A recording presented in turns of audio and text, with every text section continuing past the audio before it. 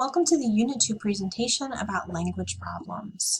In this presentation, we're going to be answering just one question. What are some common types of language problems, sometimes called unclear communication? So these are things that we need to look for when we're reading a text or communicating or even watching TV. We need to watch out for these types of language problems because they can cause us to misinterpret the information. And as good critical thinkers, we need to be able to recognize when this is happening so that we can correct our interpretation, make sure that we're getting the right information. So some terms that you should know from this chapter involve essentially just the 7 types of unclear communication language problems that we're going to be addressing. So unclear language essentially is when someone is presenting information or trying to communicate with you in a way that doesn't fully meet the communication requirements. Something is missing or garbled or confusing in some way. Sometimes this happens just because of errors, just because people make mistakes, but sometimes it's intentional. Sometimes people mislead their audience on purpose. And so again, as a good critical thinker, you need to be able to identify and decipher whatever instances of unclear communication or language problem that you encounter. So we're going to talk about 7 different types of language problems. The first one is vague wording. I'm sure you've heard the word vague before. It just means using non-specific language. It's not really giving a lot of detail or explanation. So when we choose to use vague wording, we are not painting a very descriptive picture in our audience's mind, and we're giving them a lot of latitude to sort of imagine the situation however they want. By saying she's nice, we don't really know what she's like, do we? Because nice is pretty generic. Saying I'll be home later is also kind of open-ended, right? It doesn't really tell us any information about when you're going to be home, just later. And sometimes this last one is an example of how maybe a politician might say, like, something will be done. It's pretty vague. We don't know what will be done. We don't know when it's going to be done. It's meant to just sort of placate the audience. The next type of language problem we call ambiguous language. And ambiguous is a word that means interpreted in more than one way. So ambiguous language often comes about because of the sentence structure, the grammar, or the punctuation of a sentence. It allows you to interpret the sentence 2 different ways. So the first example here is let's eat grandma, which clearly is not something we would ever say. But if you change it and put a comma after eat, now all of a sudden we have let's eat grandma, and the sentence makes much more sense that way. The second example on the screen here was actually a magazine cover. It was a headline on the front of a magazine. Rachael Ray enjoys cooking her kids and her dogs. So we understand that Rachael Ray enjoys cooking and her kids and her dogs.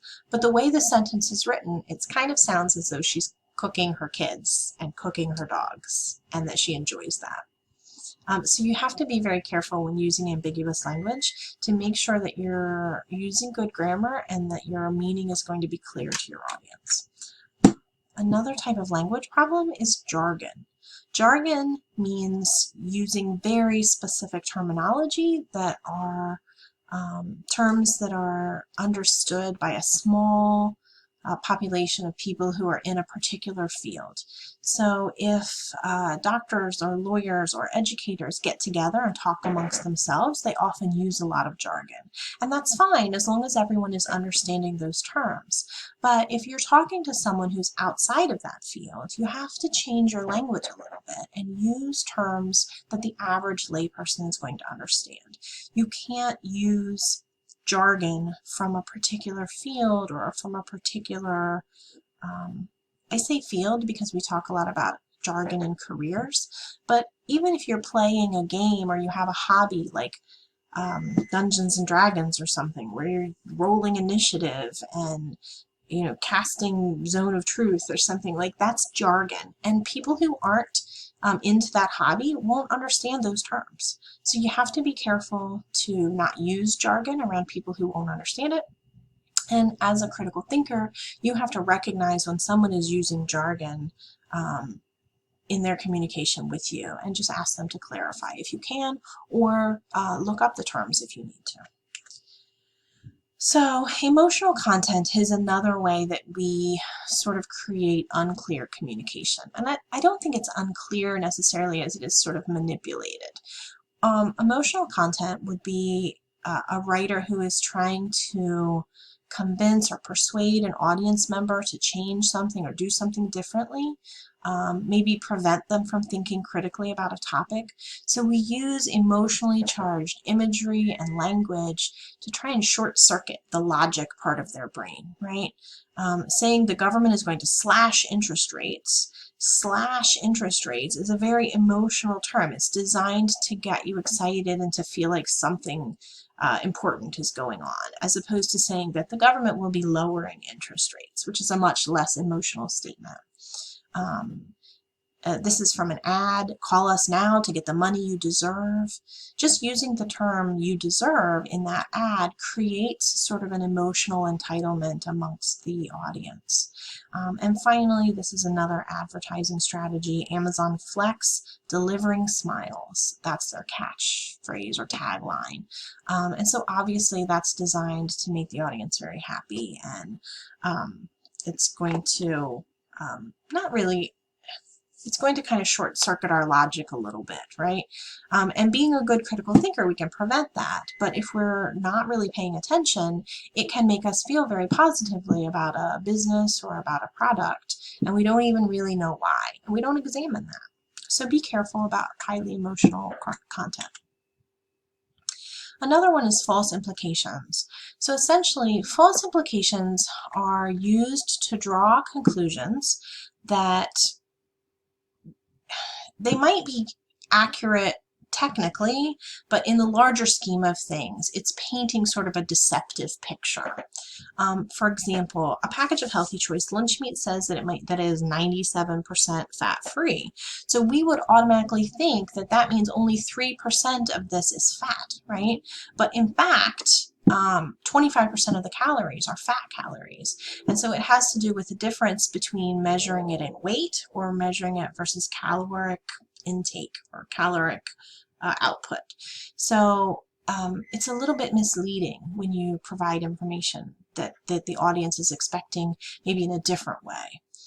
Again, claiming that a garbage bag here is biodegradable will give it an edge in the market. If you put that on the package, people will think, oh great, this biodegrades. I should buy this one instead of that one. But the truth is that in an anaerobic environment like a landfill, nothing biodegrades, because biodegradation requires oxygen and good bacteria and things, and that can't happen in a landfill. So while it's technically true that the trash bag is biodegradable, the reality is that if you throw that trash bag full of trash into a landfill, it's not going to biodegrade any more than any of the other ones. So this is an example of false implication, where what you're saying is technically true, but it's kind of misleading as well, and it doesn't tell the whole story. So you have to be very careful of that.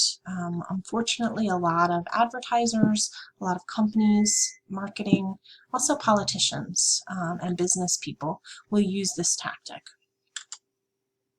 And then finally, meaningless comparisons, not finally, I'm sorry, there's one more, but meaningless comparisons essentially are designed to create a feeling of symbolism or parallelism in the mind of the audience, but that's not always necessarily true or technically true.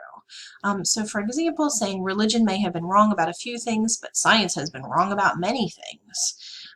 I feel like what you're doing here is sort of setting up this comparison between religion and science, but you're setting it up on grounds that are kind of shaky to begin with, right? I don't think that we need to be comparing religion and science based on the things that they've gotten wrong in the past. That maybe is not the best focus or the best basis for comparison. And finally, saying here the serial killer Ted Bundy wasn't so bad. He didn't kill nearly as many people as Hitler. While that statement may be true, it feels sort of like you're setting up a comparison to make Ted Bundy's look better, but in reality, we probably don't want to think that any serial killer is better than any other. I don't think that number of people killed should be the basis for how you rank serial killers. I don't know who's ranking serial killers anyway, but.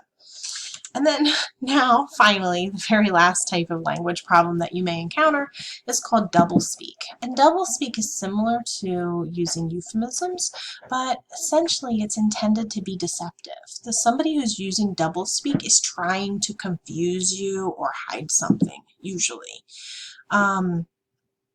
Typically it sounds innocent, but it means something much worse, and they don't want to panic people, or they don't want to worry people, or they don't want to advertise to the public what's really happening, so they use doublespeak. Saying that the company will be restructured sounds fairly neutral, but what it probably means is that a lot of people are going to lose their jobs. Another example in the military is if they report collateral damage, that is a pretty, it's kind of a sort of a neutral term. It doesn't really mean much. It's like, oh, something got damaged, right? But in reality, collateral damage is usually used when people get killed who aren't supposed to get killed. So if they bomb a village and they, instead of killing the insurgents, they also kill some civilians or some children, they don't want to say, oops, we killed some children. They say, unfortunately, there was some collateral damage. And that kind of takes the emotion out of it, and it sort of hides what really happened from the general public. So this is a good example of it. This is actually a Carfax ad. It's a screenshot from a Carfax ad. I don't know if you guys can see on the screen here. It says, for sale, 2001 four-door sedan, CD player, slight water damage. So I feel like slight water damage here is maybe a bit of an understatement. It is certainly meant to be deceptive instead of telling the whole story. So these are some examples of language problems that you might encounter, or that you might, intentionally or not, use in your own communication. So just as a good critical thinker, I would encourage you to be thoughtful about these language problems, recognize them, ask for more information, and avoid using them in your own speech. Hope this helps you understand the language problems portion of Unit 2. Let me know if you have any questions.